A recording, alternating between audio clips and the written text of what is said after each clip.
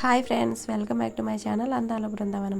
ఇంక ఈరోజు పిల్లలు అయితే స్కూల్కి వెళ్ళిపోయారంటే ఇంకా తర్వాత ఇంట్లో పని అంతా చేసేసుకుని పూజకి అయితే సిద్ధం చేసుకుంటున్నాను. ఈరోజు కొత్త దీపం కుందులు అయితే పూజలో పెడుతున్నానండి. ఈ దీపం కుందులు వచ్చేసి మా మరిది గారు శబరిమల వెళ్ళినప్పుడు తీసుకొచ్చారనమాట. అలాగే ఇత్తడి పళ్ళెము మా అమ్మమ్మకి ఎవరో గిఫ్ట్గా ఇస్తే ఆ ఇత్తడి పళ్ళెము అయితే తీసుకొచ్చేసుకున్నాను.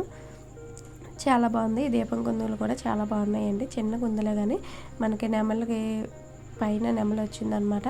మనకు పెద్ద పెద్ద దీపం కుందుల్లోనే ఇలాగ నెమలి అవన్నీ చూస్తాం కదా, ఈ చిన్న దీపం కుందులు అయినా కూడా నెమలి వచ్చిందన్నమాట. చాలా బాగుంది. అలాగే ఇవి వచ్చేసి మేము తిరుపతి వెళ్ళినప్పుడు తీసుకొచ్చినాయి అనమాట. ఇవి అయితే లోటస్ లాగా ఉన్నాయి కదా, ఇవైతే వాడట్లేదు ఇప్పుడు. ఈ పెద్ద దీపం కుందులతో అయితే దీపారాధన చేసుకుంటున్నాను. అలాగే చిన్న పళ్ళెం కూడా చాలా బాగుంది. దీపారాధన అయితే చేసేసుకున్నానండి. చాలా చక్కగా వెలుగుతున్నాయి దీపాలన్నీ. అలాగే ఈ పల్లెల్లో ఇలాగ మనం పసుపు కుంకుమ పెట్టుకోవడానికి, మనకి ఏదైనా దేవుడి అభిషేకాలు అవి చేసుకోవడానికి కూడా బాగుంటుందండి. ఇంకా బయట కూడా పూజ చేసేసుకుని గుడికి ఈరోజు శనివారం కదా, వెంకటేశ్వర స్వామి గుడికి అయితే వెళ్తున్నామండి. అలాగే ఇక్కడ నక్కపల్లిలో జగన్ వస్తున్నారంట, అందుకని జనం అయితే చాలా ఎక్కువగా ఉన్నారు. ట్రాఫిక్ కూడా ఎక్కువగా ఉందన్నమాట. ఇంకా గుడికి అయితే వెళ్తున్నాము. సెంటర్లో దిగేసి గుడికి అయితే నడుచుకుంటూ వెళ్తున్నామండి.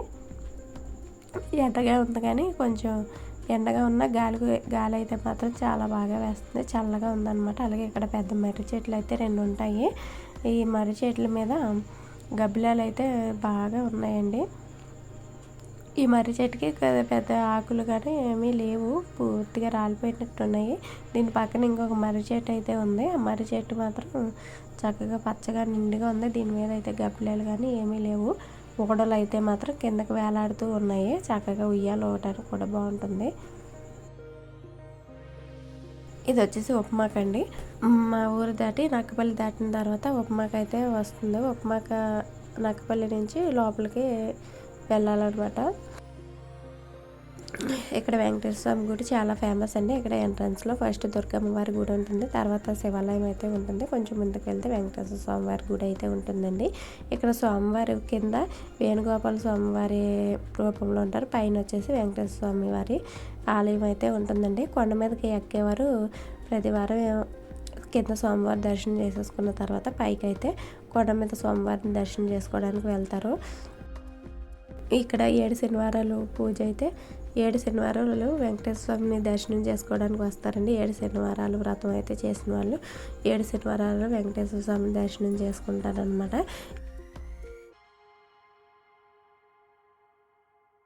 నెక్స్ట్ ఇయర్ ఇదే టైంకి మేము వాడపల్లి వెంకటేశ్వర స్వామి గుడికి అయితే వెళ్ళేవాళ్ళం అండి. 7 శనివారాలు అస్సలు ఖాళీ ఉండేది కాదు, చాలా రష్గా ఉండేదన్నమాట. ఇంకా ఇది ఇయర్ అయితే ఇక్కడ వెంకటేశ్వర స్వామి గుడికి అయితే వచ్చాము. 7 శనివారాలు వ్రతం మొదలు పెట్టామన్నమాట. 4వ శనివారం మాది. గుడికి వచ్చి సోమవారం దర్శనం చేసేసుకున్నాం. ఇంకా మేము కొండ మీదకి అయితే వెళ్ళలేదు. ఇంకా సోమవారం దర్శనం చేసుకుని పులిహోర ప్రసాదం అని తీసేసుకున్నాము. ఇక్కడ మంచినీళ్ళు తాగడానికి బాగుంటాయండి. ఒక ఖాళీ వాటర్ బాటిల్ తీసుకొచ్చుకున్నాం. ఈ ఎండ అయితే చాలా విపరీతంగా ఉంది, అందుకే కూడా ఒక వాటర్ బాటిల్ తెచ్చుకుని అక్కడ వాటర్ అయితే పట్టుకున్నాము. ఇంకా దుర్గమ్మ వారి దర్శనం కూడా చేసేసుకుని మేమైతే బయలుదేరామండి. ఇక్కడ చూసారు కదా, వన్ సైడ్ అంతా అటు సైడ్ రోడ్ అంతా కూడా ఫుల్గా బ్లాక్ అయిపోయింది అనమాట. ఇంకా ఇటు సైడ్ ఒక పక్కకి అయితే జనం అయితే ఉన్నారు. ఇంకా ఎలక్షన్స్ టైం కదండి, ఇంకా ఇలాగ ఎలక్షన్స్ క్యాన్వాసింగ్ అన్నీ జరుగుతాయి అనమాట. ఆ సిమెంట్ కలర్ వ్యాన్ కనబడుతుంది కదా, అందులో అయితే జగన్ గారు వెళ్తున్నారండి. దీనివల్ల ఫుల్ ట్రాఫిక్ అనమాట. ఇంక మేమైతే ఇంటికి వచ్చేసాము. మేము ఇంటికి వచ్చేసరికి మా అమ్మ అయితే వంట అయితే చేసేసింది. ఇంక ఇది వచ్చేసి గోందండి, గోంద కత్తెర. ఇది మనకి బాడీకి మంచి కూలింగ్ ఇస్తుంది అనమాట. ఇదైతే ఇలాగ మనకి చిన్న చిన్న పటిక బెల్లం లాగా ఉంటుంది అనమాట. కొంచెం బ్రౌన్ కలర్లో ఉంటుంది. దీన్ని వాటర్లో వేసి నానబెడితే ఇది వాటర్లో నాని క్వాంటిటీ అనేది ఎక్కువగా వైట్ కలర్లో అవుతుంది అనమాట, జెల్ లాగా అవుతుంది. ఇక్కడ చూసారు కదా, నేనైతే మూడు నానబెట్టాను. నేను ఇది మార్నింగ్ 7కి నానబెట్టానండి. ఇంకా తర్వాత మధ్యాహ్నానికి అయితే ఈ విధంగా అయింది, జెల్ లాగా. చూసారు కదా, ఈ విధంగా అయింది. ఇది ఇంకా కొంచెం వాటర్ అయితే పీల్చుకుంటుంది. వాటర్ బాగా పీల్చుకున్నది చూసారా, కొంచెం పౌడర్ లాగా అయినట్టు అయింది. ఇంకా కొంచెం జెల్ లాగా ఉండిపోయింది కదా, ఇది ఇంకా వాటర్ అయితే పీల్చుకుంటుంది అనమాట. ఇందులో కొంచెం వాటర్ వేసామంటే ఇది మళ్ళీ ఇంకా కొంచెం క్వాంటిటీ అయితే ఎక్కువగా అవుతుంది. ఇది మనకి బాడీకి కూల్గా మంచి కూలింగ్ని ఇస్తుందండి. దీన్ని మనం నార్మల్ వాటర్లో వేసుకొని తాగొచ్చు. ఇది జెల్ లాగా ఉంటుందన్నమాట. ఎటువంటి టేస్ట్ ఉండదు. మనకి సగ్గు బియ్యం ఎలాగ టేస్ట్లెస్గా ఉంటాయి, ఇది కూడా అలాగే టేస్ట్లెస్గా ఉంటుంది.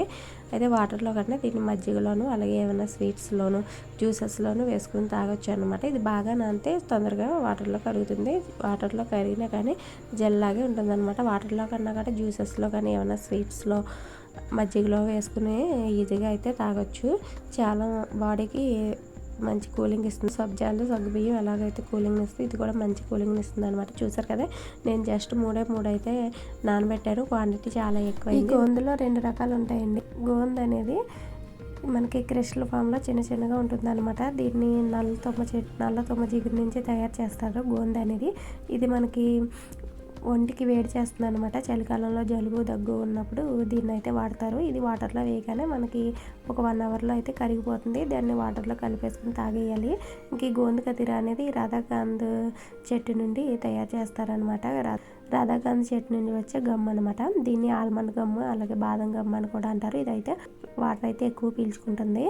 ఇది నాని జెల్ లాగా ఫామ్ అవడానికి ఒక 3-4 అవర్స్ టైం అయితే పడుతుంది. ఇది సమ్మర్లో మనకి మంచి కూలింగ్ అయితే ఇస్తుందండి. అలాగే మలబద్ధకం అయితే తగ్గిస్తుంది. అలాగే కిడ్నీ ఫంక్షన్ కూడా మెరుగుపరుస్తుంది. ఇందులో యాంటీ ఆక్సిడెంట్స్ అనేవి ఎక్కువగా ఉంటాయి అన్నమాట. హెల్త్కి అయితే చాలా మంచిది. ఈ సమ్మర్లో అయితే వేడి శరీరం ఉన్న వాళ్ళకి చాలా బాగా యూజ్ అవుతుందండి. పెరుగు కానీ మజ్జిగ కానీ ఇలాంటివి తీసుకున్న వాళ్ళకి మంచి హెల్త్ బెనిఫిట్స్ అయితే ఇస్తుంది. మలబద్ధకం అనేది తగ్గిస్తుందండి. బాడీకి ఇన్స్టెంట్ కూలింగ్ని ఇస్తుంది అనమాట. అలాగే ఇది మనం సలాడ్స్లో వాటిలో కూడా వేసుకుని తీసుకోవచ్చు. ఇంక ఇక్కడ నేను షాప్కి అయితే వచ్చానండి. ముందు ఇంటి దగ్గర బట్టలు అయితే మడత పెట్టేసాను. ఈ పవర్ కట్స్ వల్ల చాలా ఇబ్బంది అయితే అయిపోతుంది. బట్టలు మడత పెట్టేసి ఇంకా షాప్కి అయితే వచ్చి బ్లౌజ్ అయితే వాళ్ళకి హెమ్మింగ్ చేసి ఇచ్చేసానండి. ముందు రోజే స్టిచ్ చేశాను అనమాట. ఇంకా హెమ్మింగ్ చేసి వాళ్ళకైతే ఇచ్చేసి ఇంటికి అయితే వచ్చేసాను. ఈరోజు ఎండ అయితే మామూలుగా లేదనమాట, చాలా ఎక్కువగా ఉంది. ఇంకా ఇదైతే మాకు పక్కన వాళ్ళది మ్యారేజ్ అనమాట. మ్యారేజ్కి ముందు రోజు ఇలాగ శాఖ దిగదొడుస్తారనమాట. గుగ్గిళ్ళు ఇవన్నీ ఉడకబెట్టిన గుగ్గిళ్ళు అలాగే బియ్య పిండితో ఇలాగ కుడుమల్లా చేసి వాటిని కూడా ఆవిరి మీద ఉడకబెట్టి ఇలాగైతే పెళ్లి కొడుకుకి దిష్టి తీస్తారనమాట. అదైతే కుటుంబం వాళ్ళకైతే పంచుతారు. ఇంటి పేరు గల వాళ్ళకి వాళ్ళైతే ఇచ్చారనమాట. ఇంకా నేను ఇక్కడ వర్క్ బ్లౌజ్ అయితే కట్ చేస్తున్నాను. ముందు రోజు నైటే కట్ చేసుకున్నామంటే మనకి నెక్స్ట్ డేకి స్టిచ్ చేసుకోవడానికి ఈజీగా ఉంటుందన్నమాట. మనం కటింగ్ అనేది ఎప్పుడైనా కానీ మార్నింగ్ చేసుకుంటే మనకి టైం అనేది వేస్ట్ అవుతుంది. ఆ కటింగ్ చేసే టైంలో మనం బ్లౌజులు అనేవి స్టిచ్ చేసుకోవచ్చు కదా. అందుకని ముందు రోజు నైట్ మనం స్టిచ్చింగ్ అనేది తగ్గించుకుని నైట్ స్టిచ్చింగ్ వల్ల మన కళ్ళకు కూడా కొంచెం ఎఫెక్ట్ అనేది పడుతుంది కదా. అందుకని నైట్ కటింగ్ అనేది పెట్టేసుకున్నామంటే నెక్స్ట్ డేకి సరిపడా బ్లౌజులన్నీ కటింగ్ చేసి పెట్టేసుకుంటే నెక్స్ట్ డే ఈజీగా స్టిచ్ చేసుకోవచ్చు అనమాట. మనకి టైం కూడా చాలా సేవ్ అవుతుంది. అలాగే ఇది వర్క్ బ్లౌజ్ 500కి తీసుకున్నారంటండి. బాగుంది. కానీ ఫ్రంట్ నెక్ వచ్చేసి స్ట్రైట్గా ఇచ్చాడనమాట. ఇలా స్ట్రైట్ నెక్స్ వచ్చినప్పుడు ఫ్రంట్ ఫ్రిన్స్ కట్ పెట్టుకుని స్టిచ్ చేసుకోవాలి. లేదు అంటే నార్మల్ కటింగ్ పెట్టి స్టిచ్ చేసుకోవాలన్నమాట.